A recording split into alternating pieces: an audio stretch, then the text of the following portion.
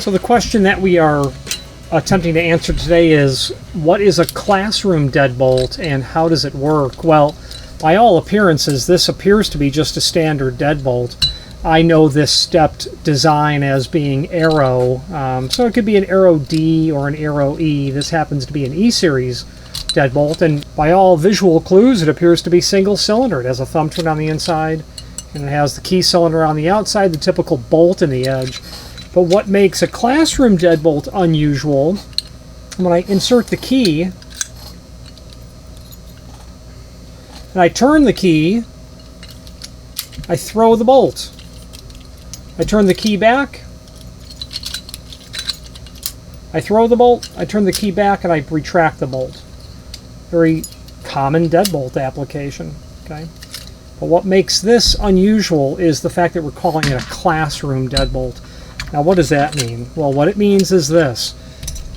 Classroom-style deadbolts allow you to throw the bolt and retract the bolt from the keyed side. Classroom deadbolts, I should say, are always single cylinder, as far as I know. I've never heard of a double cylinder classroom deadbolt, so it'll have a thumb turn on the inside.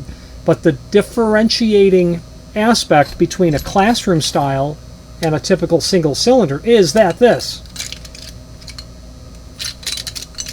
I insert the key, I throw the bolt, I have the bolt thrown, I take the key out. It's locked.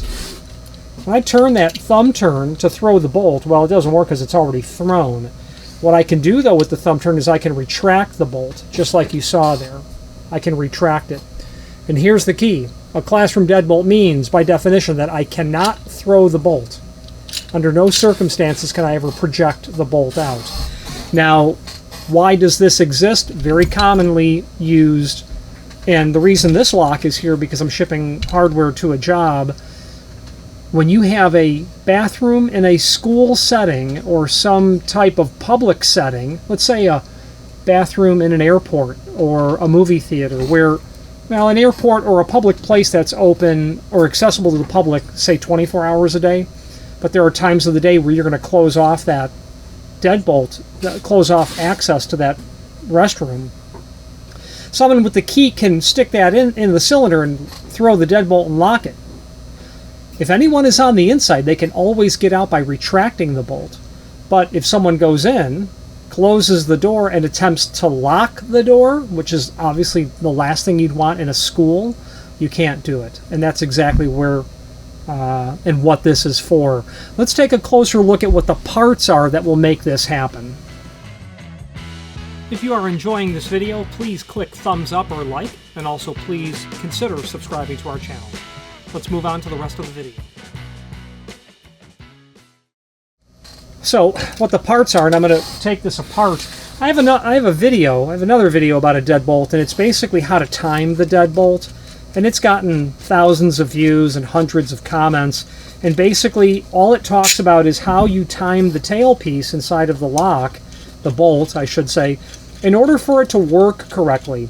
Basically, you have a 50-50 chance of assembling a deadbolt incorrectly because of how you will time the tailpiece, either this way or this way. In one orientation, you can put the key in, throw it, bring the key back, pull the key out, it stays locked. In the wrong orientation, you put the key in, you throw it, then you bring your key back to vertical to pull it out, and the bolt comes back. That's the problem. So, the exterior is standard garden variety deadbolt material. It has a tailpiece, or connecting bar.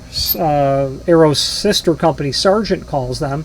And this is what we call lazy action. I can turn it about 180 degrees. That lazy action, and that's the technical term, is what accounts for the fact that you can put the key in, throw the deadbolt, bring the key back to vertical, and pull it out without sucking the latch bolt back. So this is regular stuff. The latch bolt is regular stuff. There's nothing unusual about it at all.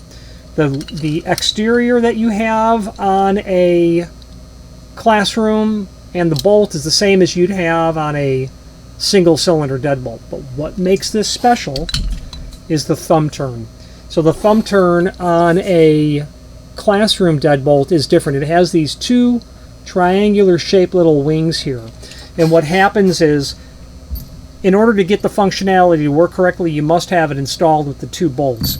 Basically what happens is when the bolt is in the thrown position, okay, the bolts will go through the inside thumb turn.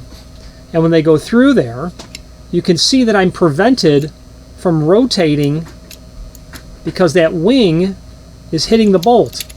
If I demonstrate it from this side, I can turn it this way, but I can't go further back that way. And that's what's responsible for you not being able to throw the bolt, but you can always, I can't throw it any further, but I can always bring it back and retract the bolt, is how it is. And in order for this to work well or correctly, when you put this lock together, it's either going to work or it's not. And going to work on a classroom means you can put the key in, lock it, pull the key out of the lock, and it stays locked. And then from the inside, you can either retract the bolt only, and you can never throw the bolt. If both of those conditions are met, then you've installed it all correctly. The reason that I'm pointing that out is because the installation instructions that come with this deadbolt nowhere tell you how to put it together, and that's the cause for me having created that other video, because in these installation instructions about timing the deadbolt, it's not covered anywhere. People think they have a defective deadbolt. A lot of people have commented that, boy, I was about to take this back, I thought it was defective. Yeah, I definitely get that. Okay, so what we're going to do first here is we're going to make sure, as I assemble this, and I'm going to show you how to assemble this. I've got the bolt thrown. It doesn't matter if it's thrown or retracted. I'm going to put the key in, and I need to be able to turn the key to pull the bolt back, and I need to be able to throw it and pull the key out. Well, what happened there was I didn't like how that worked because I was going clockwise to throw the bolt. So what I'm going to do,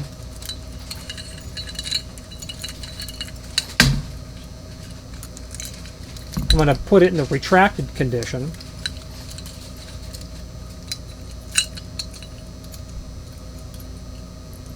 And basically all I'm doing really is studying how I expect this to work.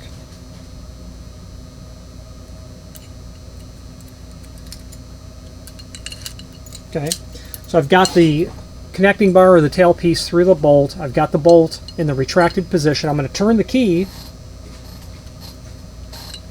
That is not working, so I've got the tailpiece timed incorrectly, so I'm going to rotate it 180 degrees. That's the only thing that I can do.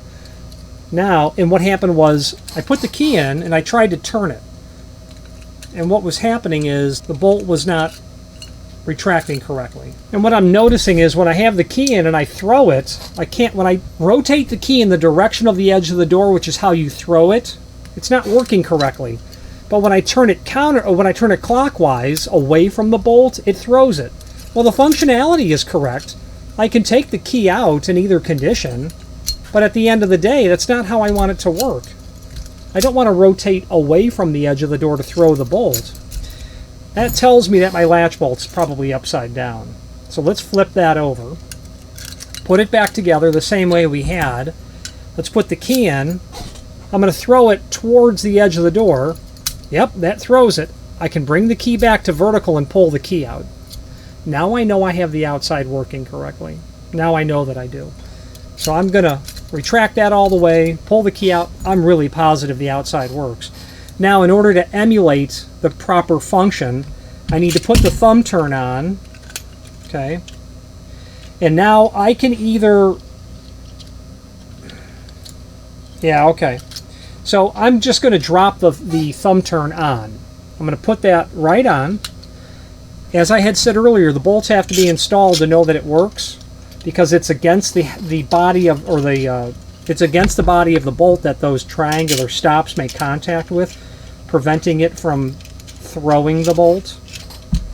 I'm going to tighten these bolts down so that the lock is together reasonably well. And all I'm doing is just threading the bolt in. And I'll tell you, the only way to really learn how hardware works is to put it together, discover how it doesn't work because it ain't working right, and then and then back up from there. What did I do wrong?